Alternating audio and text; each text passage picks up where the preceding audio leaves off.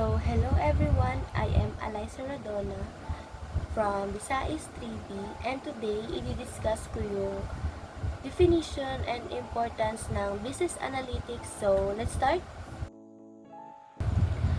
Let's define first kung ano nga ba yung business analytics.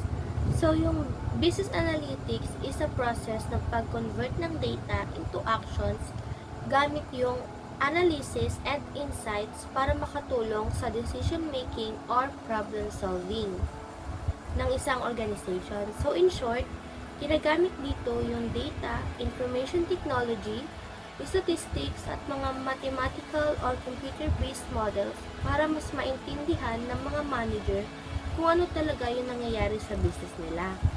And para mas makagawa sila ng mas better na decisions para sa kanilang business.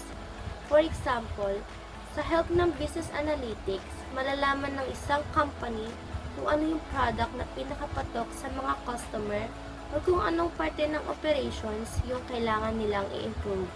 So ito, yung business analytics is para siyang guiding tool para sa mga decision makers. Tinutulungan niya na ma-interpret ng tama ang data para magamit ito sa pagpapaganda ng business performance and ng strategy. So, next naman is yung advantages and disadvantages ng business analytics. So, dito muna tayo sa advantages. Number 1 is make better business decisions. Business analysts understand the organization's goals and use analytics to guide data-driven business decisions. The past data of the company, current market situation, and product performance are leveraged to predict future trends and accordingly design strategies.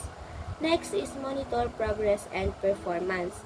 Business analytics can be used to track the progress of the organization over the years. It can also identify the performance of a product or strategy in the market. Based on these reports, it can be deduced what is working well for the organization and what isn't. As a result, updated decisions and methodologies can be implemented to improve the statistics. Lastly is enhanced customer experience. All successful businesses have figured out the secret to success is making their customers happy. Organizations today identify their customer base, understand their needs and behaviors, and correspondingly cater to them. This is possible because of the statistical tools and models used in business analytics. Ito naman po tayo sa disadvantages ng business analytics. First is lack of commitment. The business analytics process can be extremely costly as well as time-consuming. Although the solutions can be easily achieved, the time and the cost factors leave people feeling disinterested and therefore less trusting. This eventually leads to the complete failure of the business. Second disadvantage is low quality data.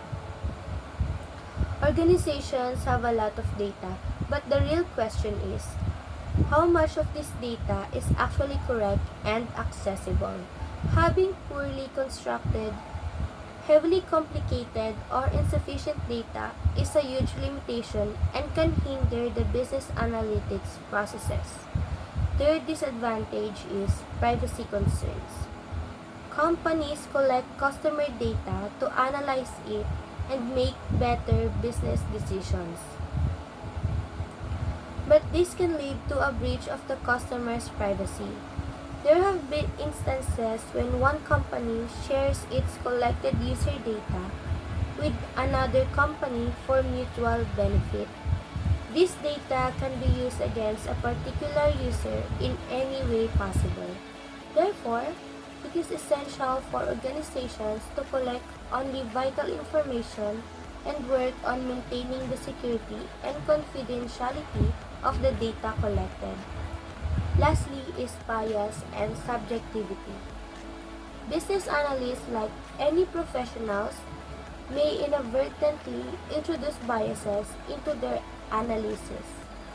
Biases can stem from personal experiences organizational culture, or preconceived notions about certain outcomes. These biases can influence the interpretation of data and hinder objective decision making. To counteract this limitation, organizations should promote a culture of data-driven decision-making, encourage diverse perspectives, and use data validation techniques to minimize subjective influences. So, next slide naman po. So, meron naman po tayong common types of decisions that can be enhanced by using analytics. First is pricing. Setting prices for consumer and industrial goods, government contracts, and maintenance contracts. Second, customer segmentation. Identifying and targeting key customer groups in retail, insurance, and credit card industries. Next, merchandising. Determining brands to buy, quantities, and allocations. Next po is location. Finding the best location for bank branches and ATMs or where to service industrial equipment. Lastly is social media.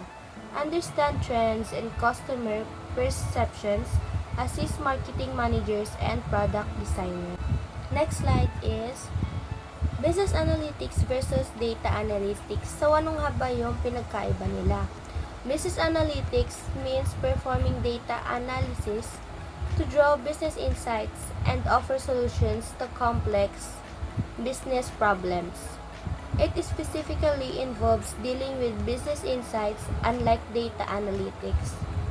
Data analytics refers to the analysis of already existing data to draw conclusions about the information contained in the data.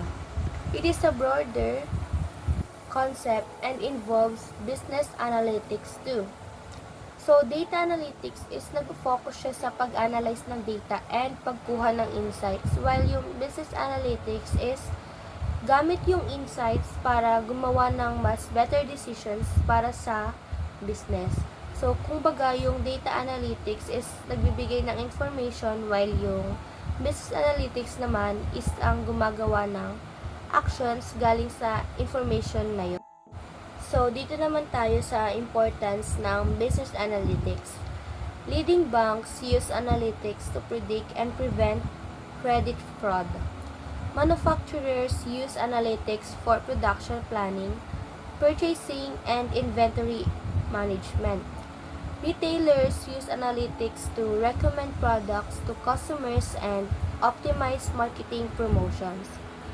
Pharmaceutical firms use it to get life-saving drugs to market more quickly.